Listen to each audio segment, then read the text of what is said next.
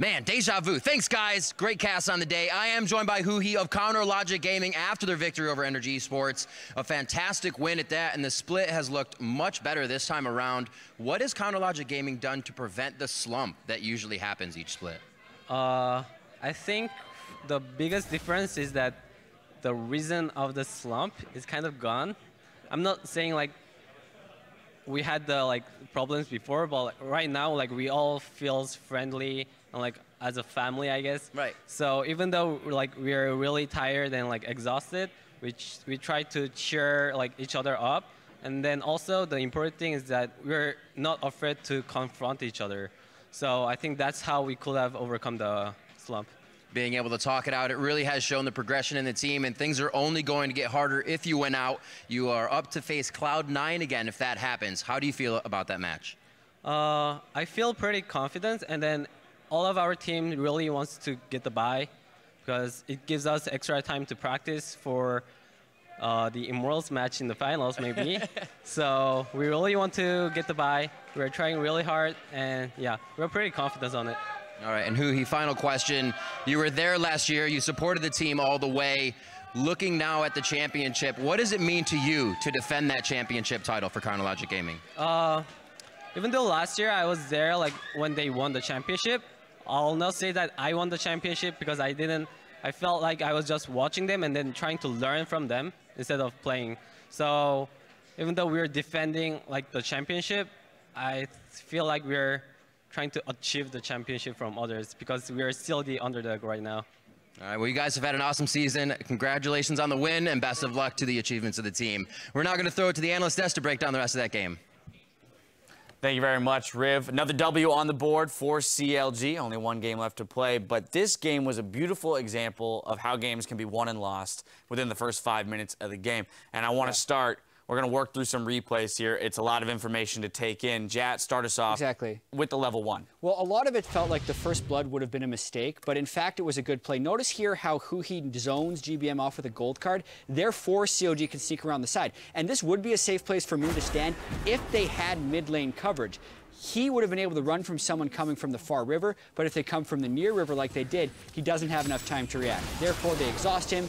That means Huhi can close the distance just by walking. They burn one summoner spell. The flash ended up being useless, and it's a clean kill. But that wasn't necessarily just Moon's fault. It was a combination of GBM not granting him the vision of the mid lane, and them not communicating that they can't cover that spot of vision. Therefore, he should have put a ward down and walked away. That was effectively the mistake. All right, so now I'm going to ask you a question, Zyrene, because a lot of times we do see a lame first blood come through, but that's not an insurmountable thing for a team to come back from.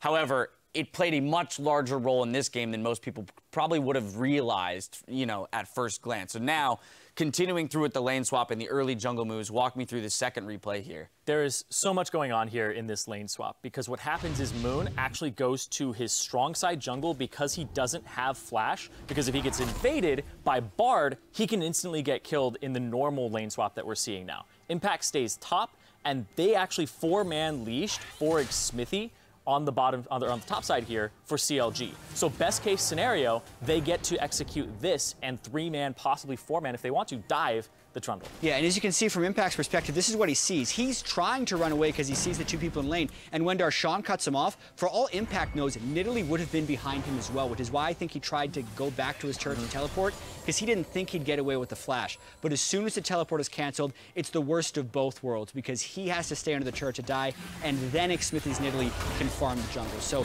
not only was there a first blood, there was then this second blood because a series of really smart choices by CLG and basically NRG just not being able to make a correct guess. Yeah, and I'm trying to think of just hypothetical situations right now. That was a different lane swap than we've typically seen where 3 people are leashing for a Nidalee because they wanted to accelerate how fast Nidalee was going to clear the jungle and get to engage on Moon again. So let's just think it's the 2-man lane swap, right? Where you have the top lane and the jungler on NRG side leashing that top side. Well, what happens is they double jungle, they get fast pushed in the top side, and then what happens then? You have to go to the opposite side, you get fast pushed in, and if Impact stays underneath turret, then he's going to get dove. If Moon shows up, he has no flash, so he's the primary target, and they can 5-man dive with the mid lane TP as well. And then if you even just go to the other scenario where it gets called and you actually have your duo lanes against each other, the worst you blow is Darshan's TP. But even then, if a play happens, you have TF-TP. Yeah. Essentially, the first blood forced NRG into some really rough choices. None of them would have been optimal, assuming CLG responded properly. And CLG just is the best in the NALCS at that game. Yeah, exactly. A fantastic example of recognizing what your opponent is going to have to do as a result of that forced flash early on Moon, and then adjusting your strategy accordingly. They still had also, too, with how quickly that invade came, they had enough time to set those up, right? They could, back to whatever areas of the map they needed to in order to put this plan into motion. Yeah, it's absolutely insane that CLG, off of one flash, were just able to go. It's not even the first blood, it's the flash. Even if they hadn't have gotten that kill, they probably would have gone with this same strategy, because then they would have had a complete advantage over Moon in the jungle and would have been able to outpath him there. And then wherever he shows up, they can just gank him.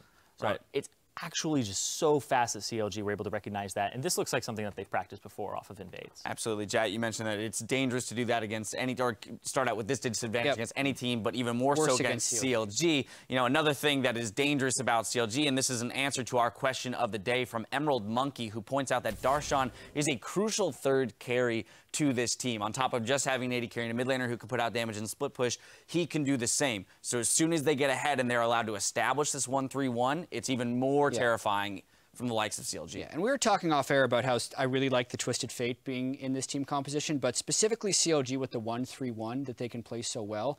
It's such a reactive style that they can always beat you to the spot, and they are purely playing a reactive game to whatever you're trying to proactively do to them. So when they get a 5,000 gold lead on top of that, it makes that so much easier for them to do. It's pretty much the perfect thing to happen with the 1-3-1 Twisted Fate strategy they were running. And we saw the results of that, 20,000 gold advantage in a 25-minute game. Yeah, and the Twisted Fate pick is interesting because NRG, they could have possibly had Shen and Twisted Fate in their composition, and that's why they went ahead and picked it. It's the first time that CLG have actually played Twisted Fate this split, because Huhi's just been playing LeBlanc and Zed and Assassins. Yeah, I mean, aside from when they played it last week against Fox, so the second time they played it this split. Yeah, it was just played last week. That's the only time. All in all, CLG moving right along with another win under their belts, moving towards playoff season. Don't go anywhere, because right after our break is the match of the week, where Immortals will go up against TSM. Here you see them now huddling up, getting ready to hop on stage. This is going to be a big one for them. We'll be back to set up that match in just 3.5, so stay with us.